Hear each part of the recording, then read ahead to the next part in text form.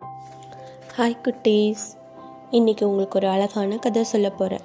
கதையோட பேர் சிறிய சிவப்பு சேவல். சரி, கதை கேட்கலாமா? வாங்க போகலாம்.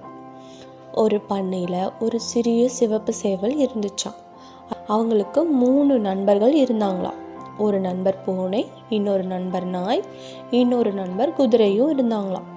ஆனால் அந்த 3 நண்பர்களும் ஒரு வேலையும் செய்ய மாட்டாங்களாம். பூனைக்கு சூரிய வெயிலில் தூங்குறது ரொம்ப பிடிக்குமா, நாய்க்கு நிழலில் தூங்குறது பிடிக்குமா, குதிரைக்கு நாள் முழுவதும் டிவி பார்த்துக்கிட்டே இருக்கிறது ரொம்ப பிடிக்குமா. ஒரு நாள் இந்த சேவல் ராஸ்பெரி செடியை பார்த்துச்சான். சேவலுக்கு ரொம்ப மகிழ்ச்சியாக இருந்துச்சான். உடனே நண்பர்கள் கிட்ட ஓடி போய், நண்பர்களே, ராஸ்பெரி செடிகளை நான் பார்த்தேன், அதில் நம்ம கேக் செய்வோமா அப்படின்னு சொல்லிட்டு கேட்டுச்சான்.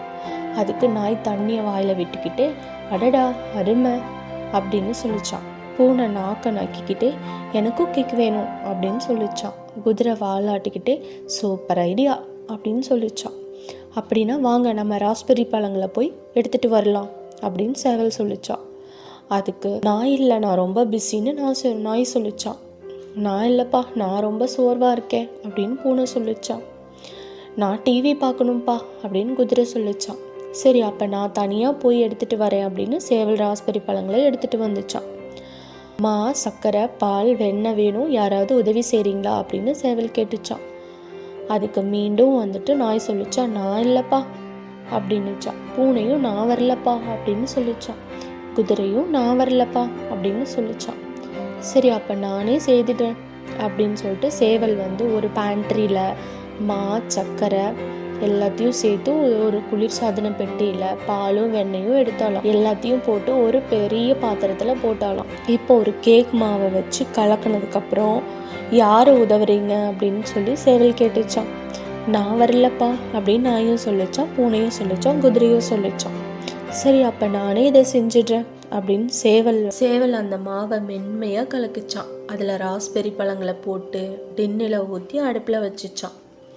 சமையல் அறையிலேருந்து ஒரு அற்புதமான வாசனை வந்துச்சான். நாயும் மணந்துச்சான், பூனையும் மணந்துச்சான், குதிரையும் மணந்துச்சான். எல்லாரும் சமையல் அறைக்குள்ளே ஓடி வந்தாங்களாம். சிறிய சேவல் கேக் எடுத்து பிளேட்டில் வச்சு சர்க்கரையை மேலே தூவிச்சான். சரி, இந்த கேக்கை சாப்பிட யார் வருவீங்க அப்படின்னு கேட்டுச்சான். அதுக்கு நாயும் பூனையும் குதிரையும் நான் அப்படின்னு சொல்லிச்சான். அதுக்கு சேவல் சிரிச்சுக்கிட்டே சொல்லிச்சான், இந்த கேக் செய்ய உதவி செய்யாத நீங்கள் இந்த கேக்குக்கு பங்குக்கு வரக்கூடாது அப்படின்னு சொல்லிச்சான். அந்த கேக்கை தனியாக சாப்பிட ஆரம்பிச்சிச்சான். குட்டீஸ், இந்த கதையிலேருந்து நம்ம என்ன கற்றுக்கலாம்? எந்த வேலையும் செய்ய உதவாதவர்கள் விளைவுகளை அனுபவிக்கவும் கூடாது. நம்மை சோம்பேறிகள் போல இருக்கக்கூடாது, உழைப்பாளியாக இருக்கணும். இந்த கதை உங்களுக்கு பிடிச்சிருந்துச்சுன்னா லைக் பண்ணுங்கள், சப்ஸ்கிரைப் பண்ணுங்கள், ஷேர் பண்ணுங்கள்.